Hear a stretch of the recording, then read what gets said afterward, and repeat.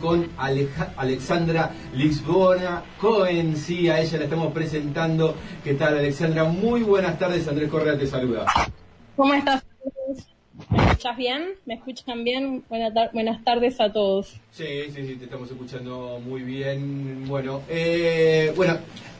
Alexandra es casi una amiga de la casa, sí, y la llamamos para consultar sobre temas que hacen al quehacer político del Uruguay, sí, en esta coyuntura. Uruguay, hace días nomás tuvo un referéndum que tuvo que ver con el pedido de anulación de 135 artículos de la ley de urgente consideración. Se conoció el resultado, ¿sí? Se empezaron a partir del conocimiento del resultado, ¿qué Uruguay tenemos después del 27 de marzo? Así como en breve síntesis, ¿cuáles son los datos? Porque digo, a veces nos guiamos mucho con lo que nos marca la agenda mediática, ¿sí? Y digo, Alexandra, ¿cuáles son los datos que valen la pena repasar de lo que nos dejó el 27 de marzo en Uruguay? Bueno, qué pregunta. Si tendría que poner un titular es... la mitad de la población o de los votos válidos, la mitad de la gente que decidió dar su voto en este referéndum, votó por el no. Votó por mantener la totalidad de los artículos de la ley de urgente consideración. Y como otro segundo y gran titular, y que me parece que también generó cierta sorpresa, es la izquierda perdió, pero con dignidad, con mucha dignidad. Y volvió a mostrar de que aumentó su piso respecto a lo que fue la última elección. Si se toma a nivel como más partidario, obviamente que este referéndum, recordemos que tuvo un impulso social muy importante. De hecho, la iniciativa nace desde el PIT-CNT y la Intersocial, pero que obviamente después se suma al Frente Amplio como partido principal izquierda en Uruguay. Y que, a pesar de que las encuestas daban una tendencia fortalecido el no, pero también con un margen y una distancia bastante importante respecto al sí, casi que nos íbamos a dormir como en el balotaje sin tener la certeza y esperando los votos observados. Entonces, ahí voy con el término de dignidad. Cuando una elección está reñida, cuando las encuestas te daban ibas a perder por más y termina pasando que casi hay un empate técnico, que después cuando se termina de abrir el último voto observado, encontramos que sí hay una diferencia de un punto y medio, pero que igual nuevamente muestra a una izquierda que lejos está, como algunos dirigentes del gobierno la ubican, perdida o sin rumbo, sin norte, o cuál es su apoyo, ¿no? Un referéndum en el marco de una pandemia, con lo exigente que es el mecanismo de democracia directa en Uruguay, porque les quiero recordar a la audiencia que en Suiza y en otros países donde estos mecanismos son recurrentes, la juntada de firmas, por ejemplo, es del 10%, no del 25% para modificar una ley. Entonces, me parece que en medio de una pandemia y en este contexto realmente dio una gran lección las distintas organizaciones que impulsaron este referéndum. Entonces, y me parece que de hecho el gesto que vimos del presidente Luis Lacalle Pou en esa conferencia en donde él sale a dar su discurso después de los resultados, tampoco, por más que lo mostraban desde un lugar de victoria y de triunfo, el ánimo no era como, miren cómo arrasé. O sea, el gobierno no arrasó. Clarísimo, Alexandra. También, me llamó bastante poderosamente la atención justamente ese discurso del presidente Lacalle Pou, donde pretendió demostrar que se era mayoría. Ahora, no reconoció que hay, casi una mitad que estaba diciendo otra cosa, ¿no? Digo, digamos, como si cierto, digamos, si no que utilizo mal la palabra, pero digo, no reconocimiento, ¿sí? A casi la otra mitad del país, cuando era un momento quizás que invitaba más a vamos a dialogar, aunque después no se practique, digo. No, sin duda. El presidente es un presidente muy soberbio.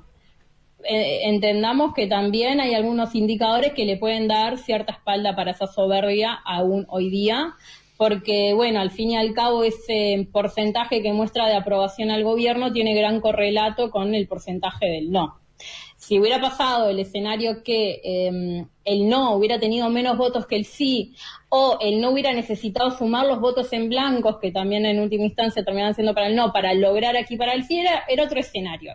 La realidad es igual, como tú decís, es que en su discurso hay un desconocimiento de una mitad que le está diciendo a mí no me gusta cómo van las cosas. Y eso a algunos nos preocupa porque él es el presidente de todos los uruguayos, así lo indica la Constitución, y él mismo muchas veces lo dice, pero sin embargo después parece como una cierta polarización y esa cosa que todo el tiempo se dice que no nos gusta la grieta, pero hay discursos, hay retóricas que parecen incentivar a esa grieta, ¿no? Entonces, el hecho de que Fernando Pereira, presidente del Frente Amplio, y algunos dirigentes le hayan dicho, che, estaría bueno igual, pese a cual sea el resultado, antes de saber que iba a estar tan reñido, pedir una mesa de diálogo, porque se sabía de que iba a haber una gran masa de población que iba a decir, así no. Sin embargo, no hubo un gesto de apertura a un diálogo, a pensar en algunas políticas que no sean políticas de gobierno, sino políticas de Estado y en donde todos los actores estén de acuerdo. Y después lo otro que me parece que a algunos nos llamó la atención fue cómo después del resultado, en 10 días tenemos que se admite un aumento, ayer salió, ¿no? El aumento de los delitos en principalmente homicidios, que no es un delito menor, y aumentó 33%. También tenemos la inflación que no se está pudiendo contener como realmente se espera. Y lo último es que sale a los pocos días también el informe del Instituto Nacional de Estadística, reconociendo, mostrando el aumento de la pobreza y la pobreza infantil, algo que meses atrás la ministra de Economía casi que había salido en tono triunfante, como que estábamos mucho mejor. Entonces, a algunos nos llama la atención cómo el Uruguay, después del referéndum, muestra desde el gobierno, desde las instituciones del Estado, ciertas fotos de nuestra realidad como país, como sociedad, que no son nada alentadoras, ¿no? Claro. Porque escuchamos durante mucho tiempo que la LUC mejoró la seguridad y a menos de 10 días encontramos que 33% más de homicidios. Entonces, claro, hay una contradicción, o hay como que de repente está empezando a salir todos los trapitos al sol que parecían estar un poco ocultos durante la campaña en el referéndum por parte del gobierno. Claro, parece que no volvieron las carteras, como dijo algún ministro. Yo salgo de cartera, pero la agarro como siempre. O sea, a mí no me... Yo estoy segura que me encantaría hacer una encuesta... es una hipótesis, no estoy segura que ningún uruguayo sacó si tiene una reja puesta, la sacó, nadie sacó una reja, claro, nadie sacó una alarma si tiene alarma, nadie si está esperando un bondi solo a las 3 de la mañana o a las 5 o a las 6 de gente que se va a laburar muy temprano, debe sentir la mayor seguridad, y más en ciertos barrios que lamentablemente la inseguridad es mucho peor. Entonces estoy segura que si hacemos esa encuesta, nadie ha cambiado ciertas rutinas de cuidado y de seguridad en estos últimos años. Y eso creo que a veces a uno a mí por lo menos cuando Heber grita esto de las carteras, es como una tomadura de pelo, porque todos sabemos que seguimos teniendo ciertos miedos o inseguridades o situaciones que lamentablemente no han cambiado, y que creo que es un gesto bueno de algunos actores del Frente Amplio decir, hay que sentarnos, porque es verdad que nosotros en algunas cosas no hemos podido mejorar, pero tengamos claro que así tampoco se está mejorando. El problema es la soberbia, repito, en la que parece ser que se prefiere como el capricho de decir, no, yo tengo mi receta y a ver si esta receta funciona. Creo que los indicadores muestran que todavía esa receta no estaría funcionando. Claro, digo, inclusive admitido creo que inconscientemente desde un escenario donde se asusta el propio ministro Heber de una pirotecnia y no sabe si son disparos, ¿sí? Y aduce a que, bueno, en algunos barrios pasa que son disparos, o sea, y digo, que el reconocimiento sea por parte del ministro del Interior, que además dice que es el que está bajando los delitos, y que reconozca esto otro, digo, bueno, es bastante claro. El blindaje mediático también colabora, ¿no?, con este discurso oficial. Sí, igual es verdad que el blindaje ayuda. Igual creo que en el último tiempo, a nivel de seguridad, hay datos que no se pueden mentir. Porque también en tiempos de redes sociales, a ver, yo no sé, entro a Twitter y leo a algún vecino, vecina, gente que escribe, che, están, no sé, en Malvin Norte, o contando cosas que pasan en los barrios, se denuncian. Y entonces hay como hay un clima de denuncia muy fuerte. A veces puede ser sobreexagerado, pueden haber un montón de cosas, pero se nota que la ciudadanía también utiliza sus diversos medios para denunciar. Y a mí me parece que eso, hay datos duros como el que fue, que se nota que no puedes cambiar, no puedes disfrazar, no puedes maquillar la realidad. ¿Qué datos no se pueden maquillar la realidad? Y por suerte en Uruguay tenemos buenas instituciones que dan esas muestras. El Instituto Nacional de Estadística diciendo aumentar la pobreza, no, el blindaje mediático no puede cambiar eso. Claro. No puedes maquillar eso, no puedes maquillar que el tema de los homicidios o el tema de la inflación. Y creo que ahí hay, o sea, son tres variables muy importantes: pobreza, inflación y delitos. O sea, yo que sé, a mí en 10 días creo que a todos nos salió esa foto. O sea, todos, algunos la sabíamos, ¿no? Solamente que sabíamos que se estaba como conteniendo por el referéndum, pero no. Yo creo que no es menor, no es nada menor, y me parece que eso habla también de por qué la calle no quiere juntarse con algunos dirigentes del Frente Amplio y por qué tuvo el gesto que tuvo ese día en la conferencia. Ahí está, clarísimo. Estamos charlando con Alexandra Lisbona Cohen, politóloga. Sí, Alexandra, ¿cómo ves el tema de el voto digamos del interior del país, sí, con la diferenciación, digamos, de 7 capitales del interior votando a favor del sí? En el interior, ¿qué estaría, digamos, cuál es la desconexión con el progresismo, la izquierda, o tiene que ver con otra cosa? A ver, yo creo que es un bastión de los partidos tradicionales, en especial del Partido Nacional. Es histórico, de antes de la fundación del Estado moderno a principios del siglo XX. No vamos a hacer una clase de historia, pero podemos remontarnos a las disputas entre el vallismo y el herrerismo y entendemos ese mapa. Después se nos cuela, en el sentido bien hablado, el Frente Amplio en el 71 y empieza a penetrar. ¿Pero desde dónde penetra? Porque también su raíz nace ahí, en la ciudad, en Montevideo. Entonces, yo a veces noto como esa cosa crispante de hay que ir al interior, y obvio que hay que ir al interior de los militantes de izquierda, como en un lugar muy de salgamos de Montevideo. La realidad es que también, yo lo escribí, es como que mañana... no sé, el Partido Nacional pretenda tener más del 50% de los votos solo en Montevideo. O sea, tiene que haber un cambio del electorado uruguayo muy profundo, que la realidad es que los que estudian bien el tema de la volatilidad, etcétera, notan de que eso de acá a bastante tiempo es difícil por las condiciones demográficas, etcétera, de la población y del electorado. También recordar de que el mapa se pintó un poco de Frente Amplio en el interior más fuerte en la elección previa que ganara Vázquez en el 2005 y después las de Pepe Mujica, pero ya después empieza el mapa a volverse bastante tradicional y el progresismo y la izquierda a perder, ¿no? Entonces, me parece que hay un mapa que es real, que es que hay un electorado del interior que en determinadas circunstancias le dio una oportunidad al Frente Amplio y que cambió su voto. Eso también se notó mucho en los trabajadores, en los jóvenes. Me acuerdo del impacto de la ley de 8 horas en el peón rural, no sé, ciertas reformas que modificaron.